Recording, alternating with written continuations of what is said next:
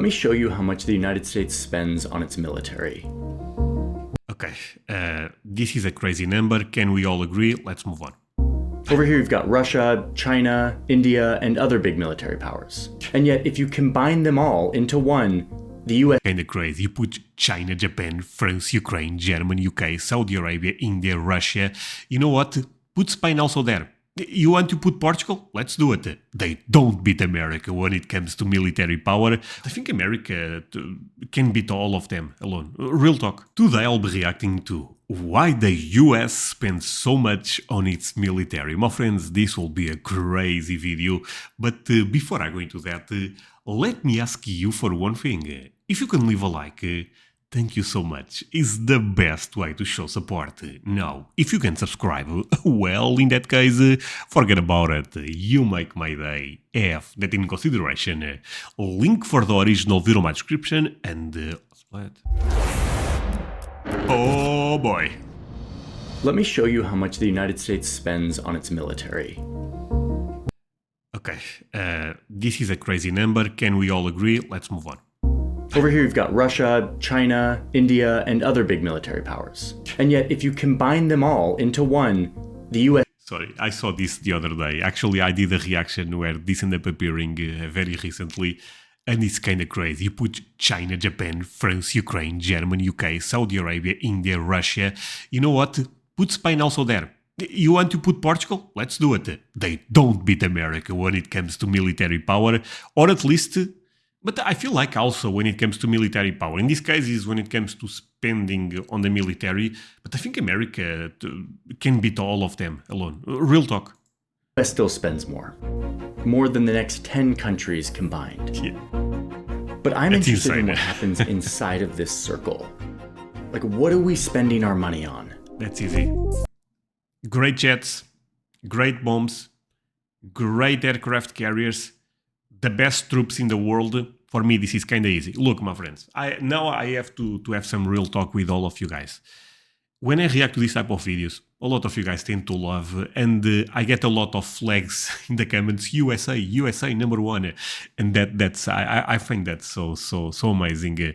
And I think you should be proud of your country. I understand that this is a lot of money, but at this point, you know, America, it needs to be the #1. There is no other way. If you guys cut this budget, I feel like other countries may do really bad stuff. So I was saying I have two type of people, the ones that are super proud and the ones that tend to be a bit more negative about this. But you know what, my friends? If you like my reactions to military stuff, feel free to leave me a like, because I will continue to do it. And I'll always think about this. As a European, of course, me watching the crazy technology that America have, how strong the military is, how strong the Navy SEALs are, of course I find this very, this is stunning to me. It's beautiful to watch, so have that in consideration. Let's go, America. Oh man, this will be a serious video, I feel like. In here, we'll see everything that the military spends their money on, from salaries for soldiers to elementary schools for their children. We'll see the $21 million helicopters, and these missiles that cost $1.6 million each. And we'll see how much the Pentagon spends on the development of new weapons, new technology, like these ship-based laser weapons. Laser. And of course, the most expensive of all, the F-35 fighter jet, that will end up costing the taxpayers $2 trillion. Oi, 2 trillion? My friends, I don't even have academic qualifications to take a look at this number. Look at the amount of zeros.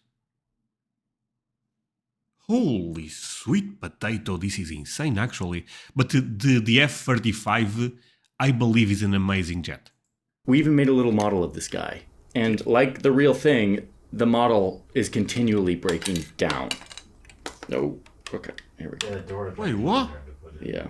Of all the money our Congress budgets to run our government... Wait, but isn't the F-35 an amazing jet? Why is always breaking down? on any given year, almost half of it goes to the military. Here you've got education, and there's diplomacy and health science, energy, environment.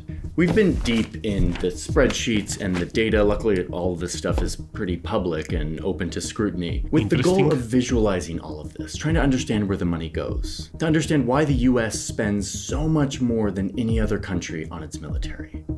And most importantly, Yo, this guy does crazy work. I mean, not the first time I react to his videos. He is amazing. of all, to try to answer the question of whether all of this money actually makes us safer. Almost all of our witnesses before the Armed Services Committee tell us that we are in the most dangerous global threat security since generations. The budget. This is the Pentagon's budget for 2023. That's how they planned to spend money that year. It turns out that how much they spend on defense is pretty complicated and depends a lot on who you ask. So go to the sources, you can see how we got all these numbers and what decisions we made. The total number we got was $853 billion. That's more than... Wait, that's not... this is 2023. 900 billion is 2024. Okay. the entire economy of Switzerland. It's a lot, so let's start to break it down.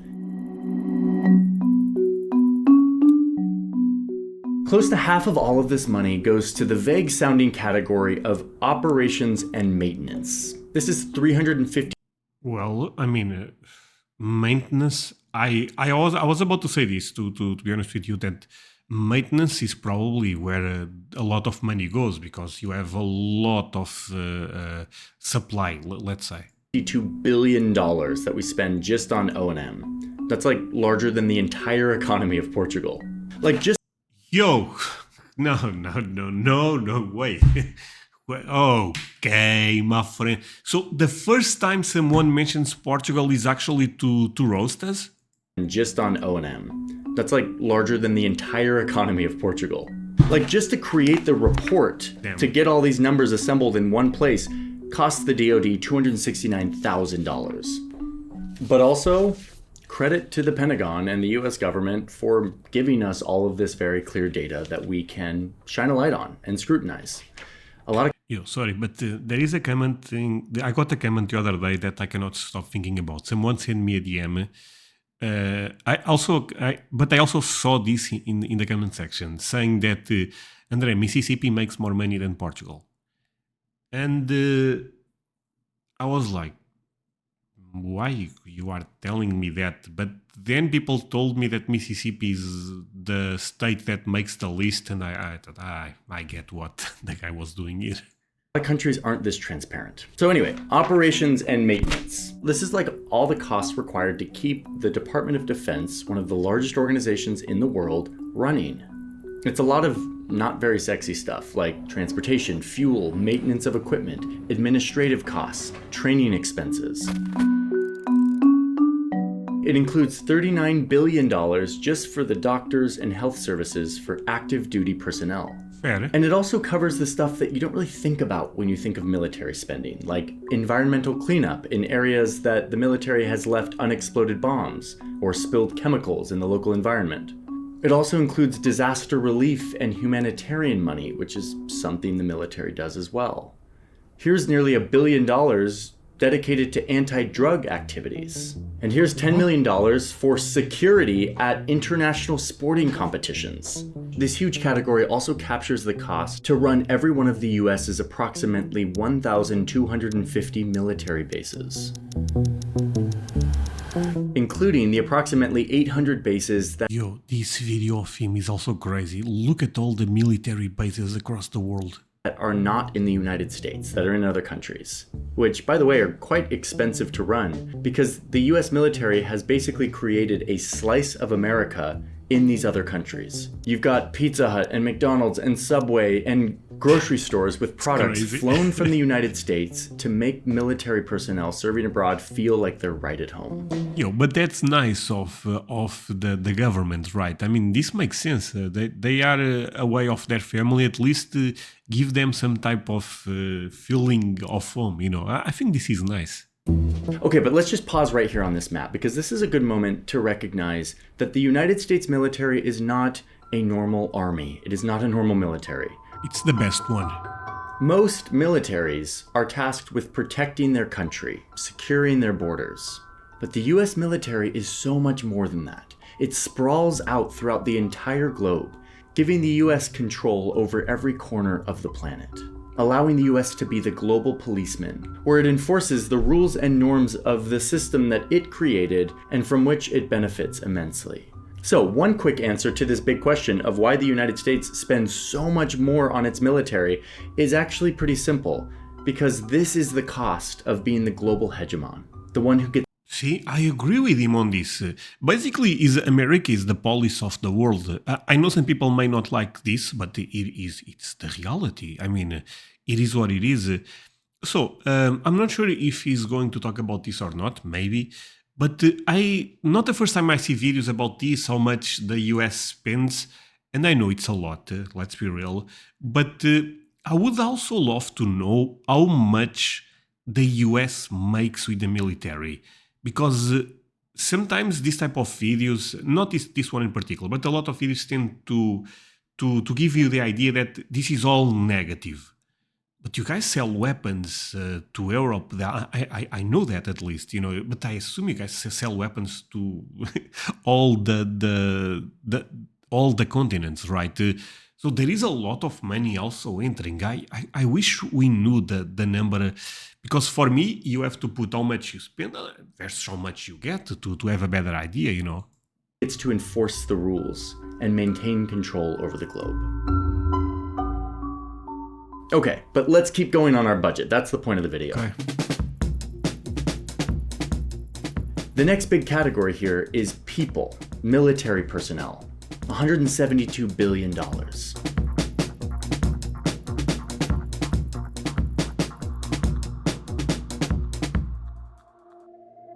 Pay, benefits, retirement, healthcare for the over 3.4 million soldiers, reservists, and civilian military personnel. By some estimates, the Department of Defense is the largest employer in the world, though it depends on how you count it. The Pentagon also spends a lot of money on recruiting new talent, like the $28 million that they spent on hiring experts who work in artificial intelligence. I mean, but see, this is great stuff from America. You have to address AI at this point. You have to be the leader. Next, this is not the cheap. military spends $140 billion on research and development. And a reminder, I know that these numbers are abstract and billion doesn't mean anything to anyone, but like $140 billion, that's the entire economy of Morocco that the Pentagon spends on R&D, thinking about the future, with the goal of maintaining technological superiority on the battlefield. Meaning they're working on new tech. It's a huge part of what the Pentagon does. Now, a lot of this stuff is classified, but we do know that the Pentagon is spending money on stuff like AI, using AI to analyze drone footage to improve their targeting capabilities, building autonomous submarines, or these insane military lasers that they use at sea to attack other ships. For years, they've also been trying to develop this exoskeleton that will supercharge the abilities of their soldiers, allow them to... Wait, what? Basically, oh my god, this is crazy. So the soldier becomes a superhuman that can jump and runs crazy fast and stuff like that. My friend, is this real? What? to carry more weight over long periods of time. Although this technology, while potentially promising, isn't really there yet. But it might be soon. Okay. Now, the Pentagon pours a lot of investment into these technologies for the battlefield. But sometimes this tech actually turns into stuff that we use every day. Like GPS, drones, voice recognition, the computer mouse, and the internet itself are all technologies that were first developed, at least in part, by the US military. See, that's amazing, my friends. I like that he's mentioning this. The World Wide Web, or the web, was created for and by the United States Department of Defense. Let's quickly look at this smallest of the categories, still $19 billion, but compared to all these other ones, it's pretty small. This is construction, building new facilities, both at home and abroad. Like this little project, Well, it's actually a very little number. $85 million for jet fuel tanks in Japan. supporting force projection in the Pacific. Or it looks like they're proposing $75 million to spend on a new operations support facility in Southern California. And finally, we get to the part of the budget that you probably think about when you think of military spending. Procurement. I don't even know that word. $167 billion, the entire economy of Ethiopia, to purchase all of this.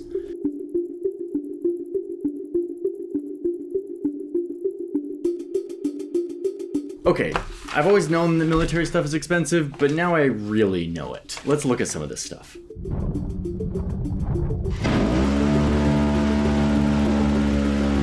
Yeah. This jet costs around $142 million. The US bought 77 of them in 2023 and is asking for another $14 billion to buy 83 more this year. And they're pretty spendy to fly too.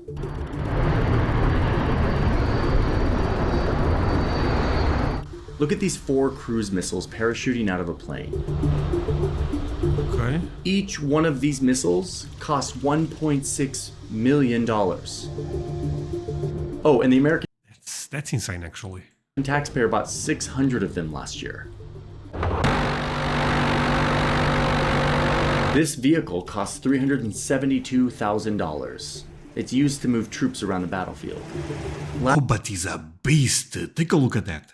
Last year we bought about 3,700 of them. Oh my god, I feel like I'm going against the owner of the video at this point.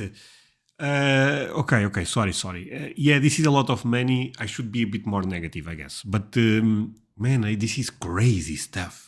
And this year we want another 3,100. $2.8 billion buying 24 of these F-15s. For the Navy, this is going to cost $7.3 billion. $1.2 billion for these 56 Black Hawk helicopters for the Army. $8.2 Oh, but they are amazing. billion for 3 destroyer-class ships. Probably doing the same thing with those subs are doing. Fleet replenishment The American-class rocket system is going to be about $2.2 billion. I mean, it's a lot. My friends, okay. He's correct. It's a lot. Sorry for so many pauses. But tell me if you agree with me on this one. It's a lot. But it's the best of the best. You know, if you want to buy a Ferrari, you have to pay the money for the Ferrari. And America, it's full of Ferraris when it comes to military. And these are just a few tiny little samples. I'm just scratching the surface. And in fact, this diagram that looks so complex and granular is also highly simplified and condensed. Each one of these categories actually contains billions of tiny little things inside of it. Okay. This organization is much bigger than we could ever fathom. And in fact, it's much bigger than the Pentagon itself can even fathom. The Pentagon has, up until this point in 2024, never successfully passed an audit. American taxpayers want to know how our tax dollars are getting spent. And the fact that the department that's getting such a huge chunk of the federal budget can't account for all of the dollars it's getting is definitely a problem. For 6 years in a row now, the Pentagon has failed to pass an independent audit. They've brought in a bunch of accountants and said, tell us where all of our stuff is and what we spend our money on, and the accountants say, no, we can't do it. 61% of their physical assets are missing. They don't know where they Whoa. Okay, that's crazy. No, okay, now... Okay, that's scary, actually. What? Wait. Could this be them playing them? You know what I'm trying to say? They just don't want to let know where things are or how much they have of this or that. But still, that number is impressive. He said 61%, right? 61% of their physical assets are missing. They don't know where they are, which means they're probably investing a lot of money in stuff that they already have and they just don't know it. But my bigger question here is why? Wait, do you guys think this is... Again, sorry for so many questions, but do you guys think they really don't know? The United States pulled out of Afghanistan a few years ago. The war in Iraq is over, but spending continues to go up. And spending went down for like... Well, but I mean, take a look at the world right now. The amount of tension is crazy. There is a war in Europe. There is a war in the Middle East. We know that China and Taiwan, things are not looking that great. And apart from other proxy wars that, the world is in a crazy place. I feel like this is not overreacting. It is, right? A split second. But look, it's going up again. And but another thing is, I think China is getting super strong also. And America, no, I don't think it's even Russia at this point, it's China. And America is realizing, China in terms of economy is so strong that we cannot stop this. If we cut our budget and if they are going up 20% or 40% every year, in 10 years, they will be stronger than us. So you guys can see, right?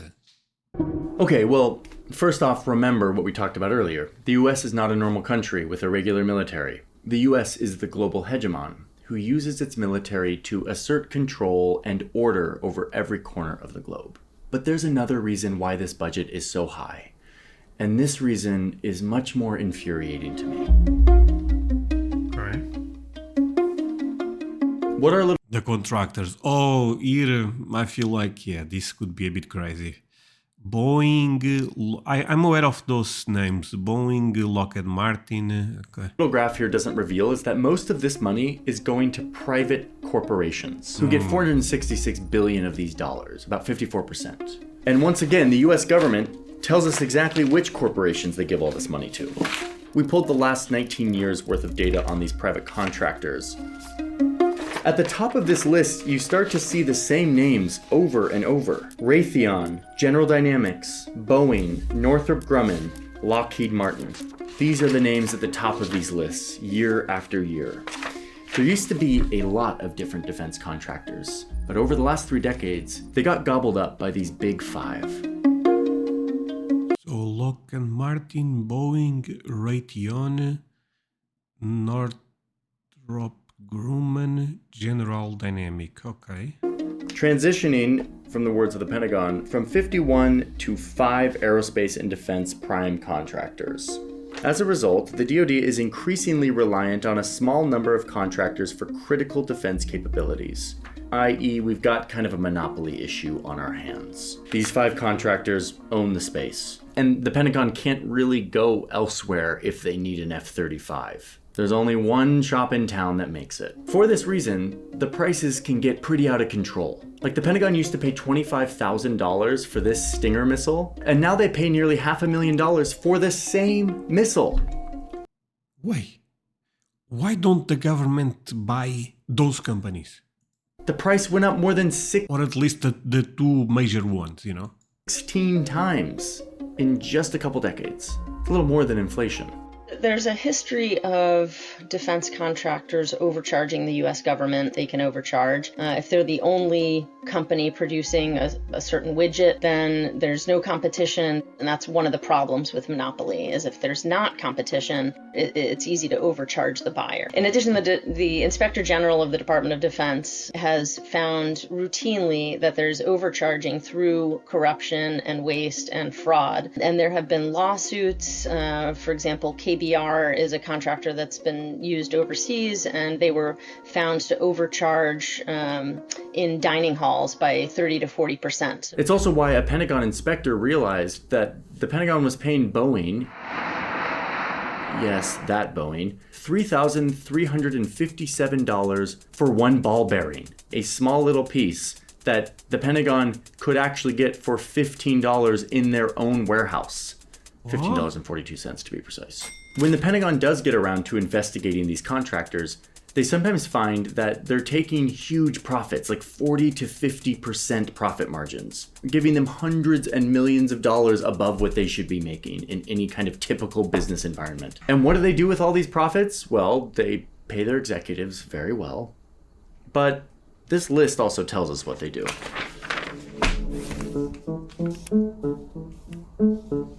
This is a list of how much money these defense contractors spend to influence our lawmakers into spending more money on the military so that these companies can make more money. You can see right here that Lockheed Martin is at the top of the list. So far this year, in this election cycle, Lockheed Martin has spent $2.7 million, split pretty evenly between Democrats and Republicans. This is a number that will continue to go up as we get closer to the election, and it is money spent to cozy up to lawmakers on both sides of the aisle, contributing to their campaigns, bringing them out to show them how great their weapons are, doing whatever they can to make sure that the money keeps flowing to their companies. These companies also benefit from... That's actually crazy, because I always had this in my mind that I assumed at one point that, okay, when Republicans are in the power, they spend more. When Democrats, they spend less. But this is not true at all. They always spend more, no matter if it's Democrats or Republicans. They tend to both parties go crazy all in when it comes to military, no matter what. Man, he's making great points right now. I did not know this, as you can imagine. The infamous revolving door. The revolving door is not a literal door, it's a metaphorical door between the Pentagon and the defense corporations, which allows top military leaders, like Jim Mattis, to serve in the military for decades, retire as a general, and then join the board of General Dynamics, a defense contractor, only to pass through the proverbial door to become the Secretary of Defense under Trump. After which, he passes through the door again to go back onto the board of General Dynamics, bringing with him all of his insider knowledge and government contacts and influence. And no, this is not just Jim Mattis, this is a very normal thing that people do here in DC. One analysis found that in 2022, top defense companies hired 672 employees directly out of the Pentagon to work as lobbyists, board members, and executives. Well, okay. I understand that they have great knowledge, but corruption can appear for sure. Go check my sources if you want to read more about this. I mean, yes, the revolving door is metaphorical, but it's also pretty physical and literal. I drive on this freeway all the time, and I'm always struck at how close all of this is. Over here is the Pentagon, and over here are all the defense contractors in an area of town literally called Pentagon City. If there's someone working in government who is deciding on contracts and they have a conversation with someone who's going to receive that contract, the person in the firm can promise a good high-paying job after that government official is out of government. And so... Friends, sorry, but I know America have a lot of money. It would be really that difficult to buy, for example, Lockheed Martin. Don't buy all of them, buy Lockheed Martin and start to make a lot of stuff there, apart from the things you are already doing. And then you put so much pressure on the others. Okay, now we are going to buy General Dynamics, and this becomes part of the government. And this way you guys control everything. You guys don't have to be overcharged. Am I saying something crazy? The government official... I suspect those companies are billions and billions of dollars, but we are spending so much. You know what? Let's do extra effort, and in the long run, this will be worth it. Then has an incentive to give a generous contract to the contractor because they know they're getting this kind of quid pro quo. They're going to get a high-paying job after they leave government. And to add insult to injury here, some of the lawmakers who approve the Pentagon's budget own stocks in the defense contracting companies. Like, the lawmakers get richer if we spend more money on defense. No. Why do we do this? Like, this is like classic, basic, simple, like, no, conflict of interest. We should not do this. This is not a thing we should do. But actually owning stocks in these companies is not the biggest way, I think, that our lawmakers are influenced by defense contractors. There's something more subtle going on here that I think is actually the best explanation, and it has to do with this excellent map. I love maps. This map was assembled by an Air Force veteran and analyst named Christian Sorensen. This map makes it easy to see how contractors intentionally allocate their operations all across the country, spanning dozens of states and political districts. Building all of this stuff means jobs, which people like. So lawmakers are incentivized to keep these contractors making stuff in their district, to provide jobs for their people so they can keep getting elected. It's honestly brilliant. It's smart. This is political engineering. You can see it very clearly with lawmakers like Roger Wicker, a senator from the state of Mississippi. Senator Wicker is a member of the U.S. Senate Committee on Armed Services, which plays a huge role in giving taxpayer money to the Pentagon, which in turn feeds the bottom line of the contractors. Wicker loves the military. You often hear him advocating that we should spend way more on the military. We need, in the United States, to spend more on defense. It's a necessity. He writes op-eds in the New York Times calling for more shipbuilding. And when you look at his state, you realize, of course he does. The largest employer in Mississippi is this naval shipyard run by a defense contractor named Huntington Ingalls, which means more jobs and economic stimulus for Wicker's people in his state, which means a better likelihood of being reelected. Now, these defense contractors know that Senator Wicker is an important part of their bottom line, so they contribute huge amounts of money to his campaign to make sure he gets reelected. It's this virtuous cycle between Senator Wicker and the defense contractors that results in us spending more money on things that maybe we don't need to. Senator Wicker's job is to represent the American people. He sits on a committee that is supposed to be looking at our national security as a whole. And yet, thanks to the strategy of these for-profit defense contractors, this lawmaker has way too much incentive to advocate for more military spending, which is exactly what he does. Okay, this is very interesting. So he asks for more money. Contractors get more money, Mississippi makes more money, he gets re-elected. Of course, they also giving money to promote those ideas.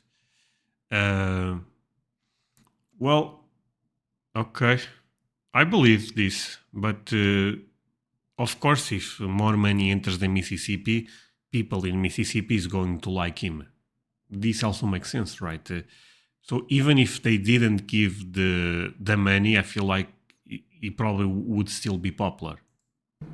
My issue here is less with Senator Wicker or Congressman Mike Rogers, who has the same thing, sits on a committee, gives a bunch of money to the Pentagon, has a state where billions of dollars of defense contract money comes into, takes tons of money from defense contractors for his campaign, gets reelected, continues to approve more money for the Pentagon, etc. My issue is with the system that allows this to happen, that allows the money from our military spending to be used to influence our lawmakers into more military spending. It's so clearly a conflict of interest.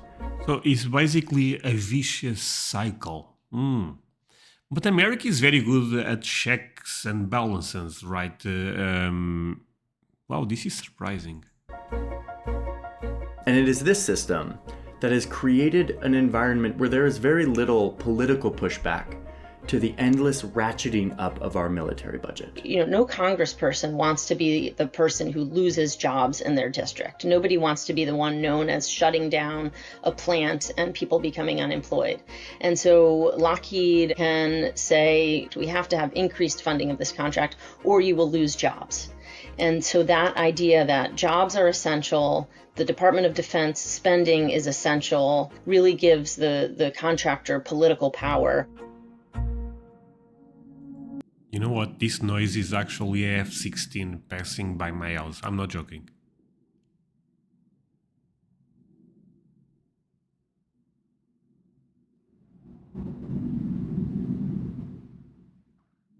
Man, we are spending a lot also, I feel like.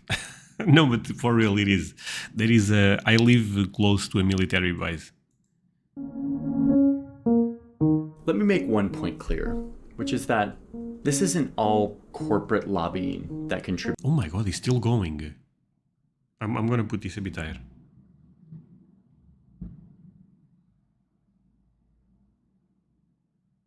Never mind, it's gone, I feel like.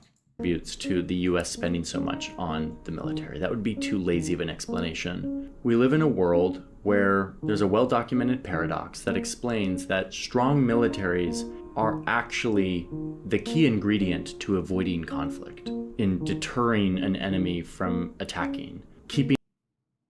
Makes a lot of sense. Okay, let's run it back.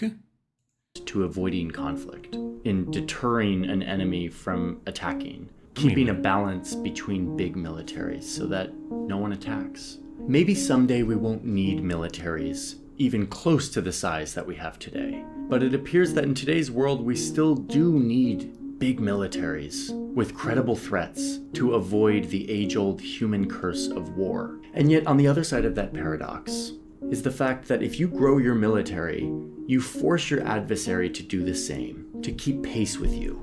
The US and the Soviet Union did that for decades during the Cold War, each ratcheting up their military until suddenly both sides had over 10,000 nuclear warheads. That is madness. It diverges from the rational, and yet it's the logical result when we decide that the main solution to beating our rivals is to just make more weapons. As the US spends more, Russia, China, other countries are spending more. If you look at the discretionary budget, about 50% of that. So, Ira, I would disagree. I think even if America did not spend more, they would also spend more. Specific China, because their economy ended up growing a lot. Ira, I don't totally agree, because they are implying that if America did not spend, they would also be weak. No, I don't think that's the case. Goes to the Department of Defense, and only 1 or 2% of that goes to the Department of State. You can see where our priorities are. A show of force is really the first foreign policy of the US. For this one, the explanation is easy. Diplomacy is hard and complicated and long. It doesn't make leaders feel as powerful and secure as having a big military does. And no one's getting rich off diplomacy. And yet diplomacy, international law and organizations, treaties, cooperation, that is how we solve our differences. That is how we have learned to live peacefully on this globe. The fact is... Oh my god, he makes great videos, but he's talking about people that are in communism regimes versus the country that embraces capitalism the most. It's very difficult to, at the basic cores, find the common ground. I have to disagree again. No one ever achieved... Apart from other states that are run by, for example, the Islamic religion, I mean, there will always be a lot of tension. It is what it is. I'm not criticizing either side, to be fair, but I'm just saying it's two different worlds. Sustainable peace by spending more on their military. And finally, we have to remember that while we pour so much into our military, that is money that can't be spent elsewhere. If we increase defense spending, that necessarily has to mean something else decreases. Bigger piece of the pie for defense, smaller piece of the pie for other things. And those other things might be healthcare, education, climate change, and so on. And then we can also think of this notion of security. What actually makes us secure? Does spending more on defense make us more secure? If you look at other sources of security, having good roads and bridges, having safe drinking water. Oh my god, this type of commentary is so naive, my friends. I'm sorry. I think this lady made a lot of amazing points so far, but here just stop putting more money on the road. Oh, make better roads and make less F-35s. Well, China is also developing a lot of amazing jets, my friends. Yes, don't make F-35s anymore or F-22s. And in 10 years, things will, you guys will see. These are all things. I think a lot of you guys know this, right, my friends? Hey, my friends, we are at the ending. Sorry for this introduction, but I have to promote my Instagram. Link on my description. I've been putting extra content there. For example, some country music reactions. I know this is a crazy transition. So yeah, go to my Instagram and check those. André, I don't have Instagram. No worries, there is a Facebook account that I post the same things, both links below. And leave a like if you enjoy this type of reactions. I know they are very, very controversial. I suspect a lot of dislikes on this video. But let's try it a bit back. But come on, this is very interesting actually.